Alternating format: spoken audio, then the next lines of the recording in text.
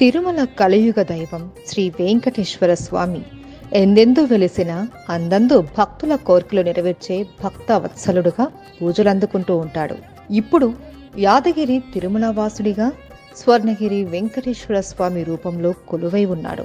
తెలంగాణలో భువనగిరికి దగ్గరలో వెలిసిన ఈ ఆలయంలో అడుగడుగున దైవత్వం ఉట్టిపడే విధంగా ఎన్నో ఆసక్తికర అంశాలతో ఈ ఆలయాన్ని నిర్మించడం విశేషం.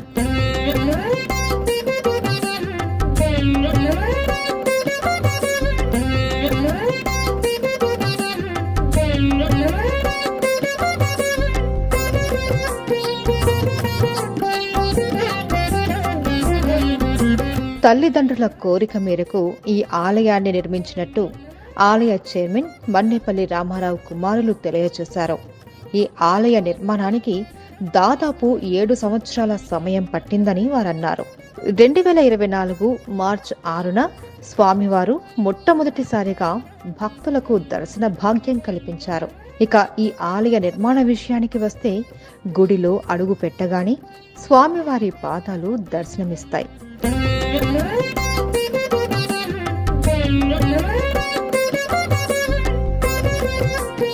అక్కడి నుండి 108 మెట్ల మార్గాన గర్భగుడి వైపు వెళ్తూ అడుగడుగున స్వామి నామాలు స్మరించే విధంగా అక్కడ స్వామివారి నామాలు రాసి ఉంటారు.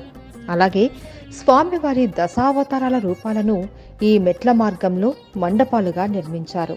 విగ్రహాలని పాలరాతితో ఎంతో సుందరంగా చెక్కారు శిల్పులు.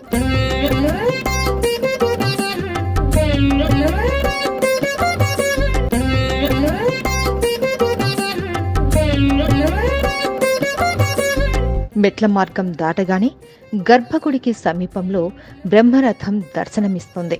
గర్భగుడిలోకి ప్రవేశించే ముందు ఒకసారి ఆ గోపురాల్ని గమనిస్తే భాగవతం మొత్తం మన కళ్లకు కట్టినట్టు కనిపిస్తుంది. క్యూలో వెళ్తున్నప్పుడే ఒకసారి గోపురం వైపు చూస్తే ఆలయ శిఖరం దర్శనమిస్తుంది. గర్భగుడిలో వెలసిన సువర్ణమూర్తి స్వర్ణగిరి వెంకటేశ్వర స్వామిని చూసినంతనే మనసంతా ఆహ్లాదంగా భక్తి భావంతో నిండిపోయి ప్రతి ఒక్కరూ తన్మయత్వం పొందుతారు. శ్రీనివాస గోవింద శ్రీ వెంకటేశ గోవింద భక్తవత్సల గోవింద భాగవత ప్రియ గోవింద. స్వామివారి విగ్రహం 16 అడుగుల ఎత్తు. ఈ విగ్రహాన్ని శాస్త్రోక్తంగా నిర్మించడంలో శ్రీ శ్రీ త్రిదండి చిన్నజీయర్ స్వామి ఈయన అనుచరగణం ఎంతో శ్రద్ధ చూపించారు అనడంలో సందేహం లేదు. 108 విష్ణు ఆలయాల నుండి సేకరించిన మట్టి, నీరు స్వామివారి విగ్రహం కింద ఉంచి తరువాత విగ్రహాన్ని ప్రతిష్ఠించారు. స్వామి దర్శనానంతరం సువర్ణమూర్తిగా అమ్మవారిని దర్శించుకోవచ్చు. ఇక్కడ ప్రపంచంలో ఎక్కడా లేని మదన గోపాలుడి విగ్రహాన్ని చూడొచ్చు. 10 చేతులతో కూడిన విగ్రహాన్ని ఇక్కడ మనం దర్శించుకోవచ్చు. గర్భాలయానికి ఎదురుగా అష్టలక్ష్మి మండపం ఇంకో ప్రత్యేకత. ఇక్కడే స్వామివారికి యాగ కార్యక్రమాలు నిర్వహిస్తూ ఉంటారు. అష్టలక్ష్ములని ఈ మండపంలో కొలువు తీర్చిన దృశ్యం మనకు కనిపిస్తుంది.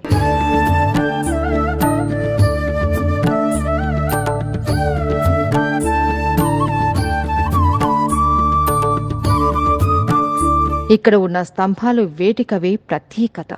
ఒక్కో స్తంభం ఒక్కో రూపంలో ఉంటుంది. కానీ దేనిని మోగించినా ఓంకారనాదం ధ్వనిస్తుంది.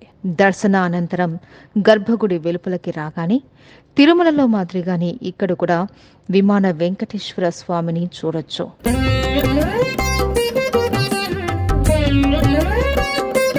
ఇక ఆలయం వెలుపల హనుమాన్ విగ్రహం మరో ప్రత్యేకత. 120 అడుగుల ఏకశిలా విగ్రహాన్ని మనం చూడొచ్చు. ఈ విగ్రహాన్ని చెక్కడానికి 5 సంవత్సరాల సమయం పట్టింది. అంతేకాదు, ప్రపంచంలోనే ఎక్కడా ఈ భంగిమలో హనుమంతుడు కనిపించడు. చిన్న పిల్లలు ఆనందంతో ఉన్నప్పుడు ఎలా ఉంటారో ఈ విగ్రహం కూడా అలాగే కనిపిస్తుంది.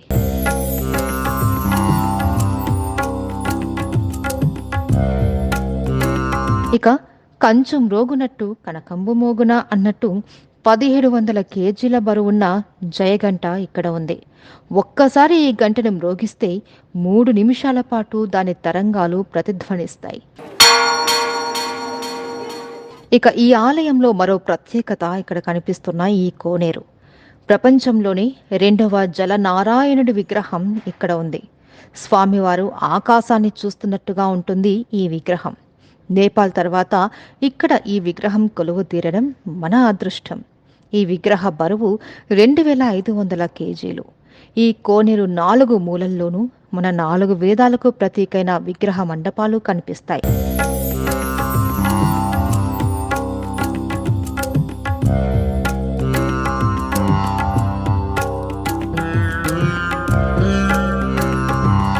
ఒకేసారి 1200 మంది కూర్చొని స్వామివారి కళ్యాణాన్ని తిలకించడానికి వీలుగా ఇక్కడ కళ్యాణ మండపం కట్టారు. అన్నప్రసాద వితరణ సౌలభ్యం కూడా కలదు. ఇక ఏర్పాట్ల విషయానికి వస్తే స్నాన ఘట్టాలు, కళ్యాణ కట్ట నిర్మాణ ఏర్పాట్లు చురుకుగా జరుగుతున్నాయి. నిత్య ప్రసాద వితరణ కూడా ఉన్నది. నిత్య అవసరాలైన తాగునీరు, టాయిలెట్స్ కూడా ఉన్నాయి. ఇక సాంస్కృతిక కార్యక్రమాలకి ప్రాంగణం ఏర్పాట్లు కూడా జరుగుతున్నాయి. 22 ఎకరాలలో నిర్మించిన ఈ ఆలయానికి చుట్టూ ఎన్నో నిర్మాణాలు కూడా జరుగుతున్నాయి. కేవలం 3 నెలల వ్యవధి కూడా కాకముందే ఇంత భక్తజనుల ఆదరణ చూరకున్న ఈ ఆలయం భవిష్యత్తు కాలంలో మరింత అభివృద్ధి చెందుతుంది అనడంలో ఎలాంటి సందేహం లేదు అన్నది ఇక్కడ భక్తులను చూస్తే అర్థమవుతుంది.